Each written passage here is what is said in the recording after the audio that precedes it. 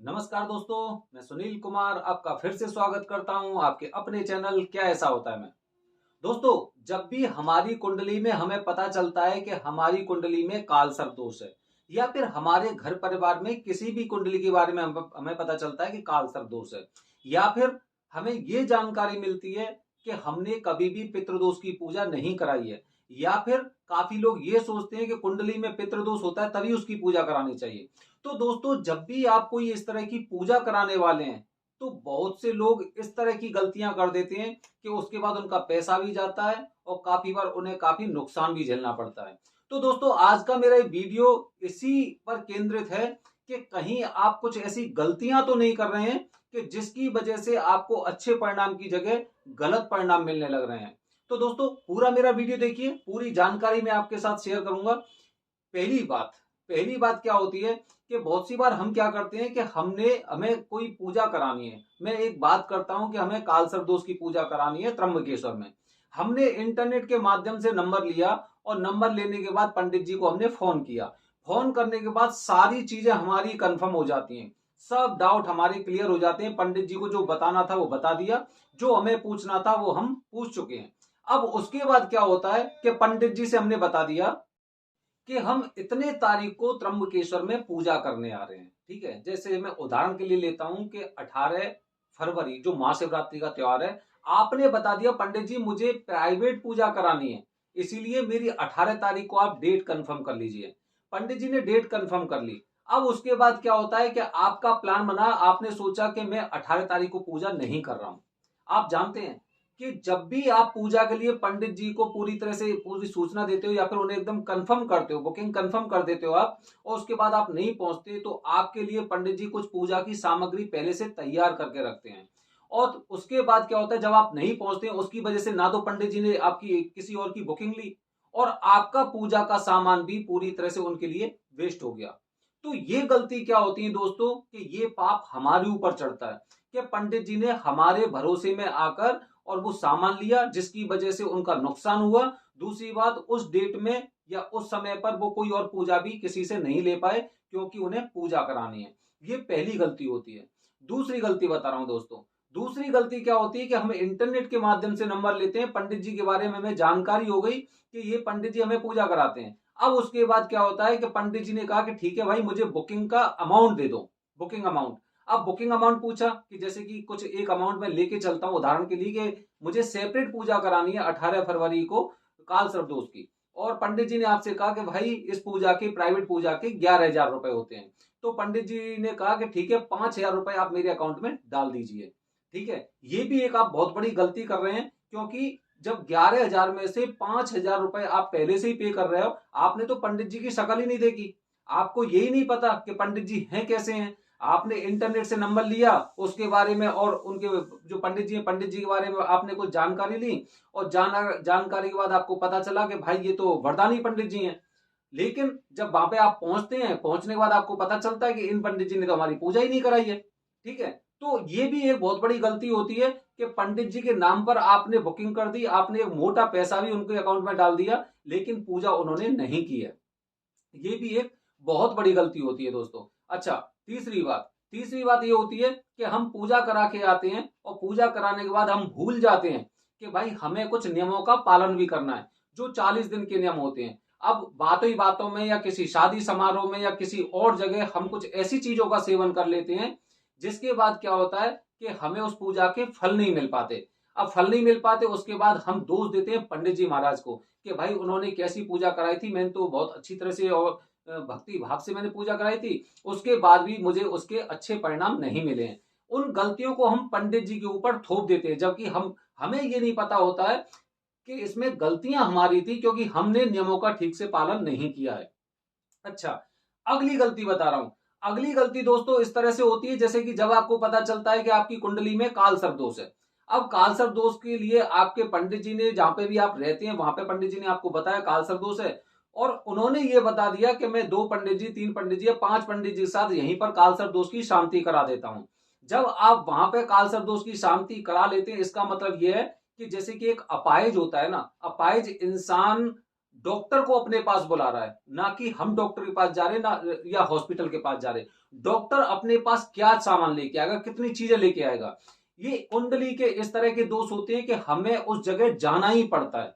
जब हमारी तबीयत बहुत ज्यादा खराब भी हो जाती है तो हम भी क्या है हॉस्पिटल जाते हैं, क्योंकि हॉस्पिटल में हर प्रकार की चीजें होती हैं जिससे कि जरूरत पड़ने पर वो हमारा ठीक से इलाज कर सकते हैं।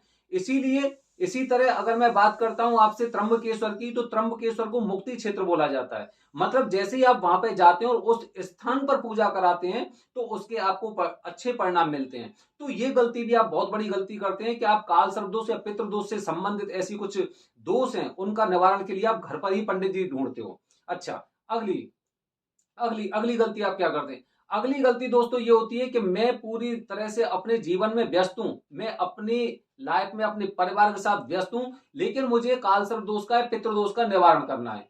मैं हिंदुस्तान में ही रहता हूं लेकिन उसके बावजूद भी मैं वहां पे त्र्यंबकेश्वर नहीं जा सकता, मजबूरी कुछ भी हो सकती है। तो वो लोग ऑनलाइन पूजा के लिए पंडित जी ढूंढते हैं कि कोई ऑनलाइन पूजा करा दे। दोस्तों, ऑनलाइन पूजा कराना आपका बिल्कुल ऐसा ही है जैसा कि आप घर पे पूजा करा रहे हैं, अपने घर पे पूजा कर रहे हैं, क्योंकि वहां पे वो जितनी भी चीजें हैं, जितनी भी विधि है वो आप खुद नहीं कर रहे। वहां पर जो दूसरे पंडित जी बैठे हुए हैं वो उन विधियों को करने लग रहे हैं। केवल आप एक देख रहे हो, जैसे कि आप मूवी को देखते हो। अब मूवी को देखने से कोई इंसान ना तो हीरो बन जाता है और ना वो चीजें उसके अंदर आती हैं। तो जब भी आप कालसर्प दोष की पूजा कराने के लिए किसी पंडित जी को सर्च कर रहे हैं तो ऑनलाइन पूजा से आपको बचना चाहिए। ऑनलाइन पूजा केवल उन लोगों को बताई जाती है जो देश से बाहर रहते हैं, क्योंकि उनकी काफी बंदिशें होती हैं कि भाई मैं इंडिया में तभी आ सकता हूं, तभी पूजा करा सकता हूं। तो तब तक के लिए वो लोग उस ऑनलाइन पूजा को कराते हैं और जब हिंदुस्तान आते हैं तो हिंदुस्तान में आने के बाद वो त्र्यंबकेश्वर में जाके द्वारा से कालसर्प दोष की पूजा कराते हैं। ऐसा होता है। अच्छा, और गलतियां क्या होती हैं? काफी गलतियां ऐसी होती हैं दोस्तों कि जैसे कि जब हम त्र्यंबकेश्वर जाते हैं, त्र्यंबकेश्वर में जाने के बाद हमने सोचा आज पूजा हो गई, पूजा के बाद आज हम यहीं पे रुक जाते हैं और रुकने के बाद सुबह चलते हैं। अब सुबह जब हम चलते हैं तो हम वहां से स्नान करके भगवान भोलेनाथ के दर्शन किए बगैर वहां से निकल लेते हैं। ये एक बहुत बड़ी गलती होती है आपकी, जो आपने पूरी पूजा करवाई है वो पूरी पूजा को आपकी को खराब कर सकती है। क्योंकि जब भी आप ऐसे मुक्ति क्षेत्र से आ रहे हैं तो हमेशा भगवान भोलेनाथ का आशीर्वाद लेके आपको आना चाहिए। बिना दर्शन किए आपको वहां से नहीं आना चाहिए। अच्छा, अगली गलती और क्या करते हैं? अगली गलती बता रहा हूं। गलती ये होती है दोस्तों, जैसे कि मैं पूजा कराने गया, मैं पूजा कराने गया वहां पे और मेरी पूजा बहुत अच्छी साबित हुई। मैंने किसी इंसान को उनका नंबर दे दिया कि भाई आप इन पंडित जी से पूजा कराइए, ये बहुत अच्छी पूजा करते हैं और इनसे ही मैंने पूजा कराई थी, मेरी पूजा पूरी तरह से सफल हुई। अब आपने उनको नंबर दे दिया, मतलब आपके पास जो एक पॉजिटिव एनर्जी थी वो पॉजिटिव एनर्जी डिवाइड हो रही है। पॉजिटिव एनर्जी डिवाइड हो रही है। आपने जो पंडित जी की जो चीजें थी आपके साथ एकदम प्रत्यक्ष आ रही थी, वो आपने किसी दूसरे के साथ शेयर कर दी। अच्छा, अब क्या होता है? अब ये होता है कि वो उस बंदे ने भी वहां से पूजा करवाई लेकिन उसको उतना फायदा ही नहीं मिला। अब फायदा नहीं मिला तो उसके मन की नकारात्मक बातें पंडित जी के पास जाएंगी, जिसके नकारात्मक परिणाम आपको भी झेलने पड़ते हैं। ये छोटी छोटी गलतियां होती हैं जिनको हम नहीं समझ पाते। आज हम किसी भी मंदिर जाते हैं या कहीं पे भी जाते हैं, किसी पुजारी के पास, पुरोहित के पास जाते हैं, उन्होंने हमारी कुंडली देखी या भगवान का हमें कुछ ऐसा आशीर्वाद मिला, उसके बाद जब हमारे अच्छे दिन आते हैं तो मंदिर के बारे में आप जिक्र कर सकते हैं। मंदिर के बारे में आप जिक्र कर सकते हैं कि वो मंदिर ऐसा है जहां पर हर इंसान की इच्छा मनोकामनाएं पूरी होती हैं। लेकिन अगर आप उन पुरोहित का, उन पंडित जी का के बारे में अगर किसी को बता रहे हो तो इसका मतलब ये है कि जो पॉजिटिव एनर्जी आपके पास थी आपने उसमें से कुछ पॉजिटिव एनर्जी दूसरी तरफ शेयर कर दी है, जिसकी वजह से क्या होता है कि जो परिणाम मुझे बहुत अच्छे मिल रहे थे उनमें धीरे धीरे करके उसमें कमी होती जाती है। तो हम ऐसी बहुत सी गलती करते हैं, बहुत सी गलती करते हैं। काफी लोग ऐसे होते हैं, एक और गलती बता रहा हूं मैं आपको। काफी लोग ऐसे होते हैं कि काल सर्पदोष की पूजा हो गई या पितृदोष की पूजा हो गई, उस पूजा के बाद दर्शन कर आते हैं। दर्शन करने के बाद रास्ते में उनके पैर थोड़े गंदे हो जाते हैं। वो सोचते हैं चलो ठीक है मैं एक काम करता हूं, मैं पैरों को धो लेता हूं और थोड़े से छींटे भी मार लेता हूं। तो वो कुसावर तीर्थ में जाते हैं, कुसावर तीर्थ में अपने दोनों पैर अंदर रख देते हैं पानी के अंदर। मतलब आपने पैर धुल लिए, आपने स्नान नहीं किया। इस तरह से आपको बचना चाहिए। अगर आपको छींटे मारने हैं तो आपके पैर कुसावर तीर्थ के अंदर नहीं होने चाहिए। बाहर सूखी जो सीढ़ियां होती हैं उन पर आप पैर रख सकते हैं और वहीं से हाथ में जल लेकर और आप अपने ऊपर उसका छिड़काव कर सकते हैं। दोनों पैरों को आप अंदर ना डालें अगर आप त्र्यंबकेश्वर से लौट रहे हैं तो।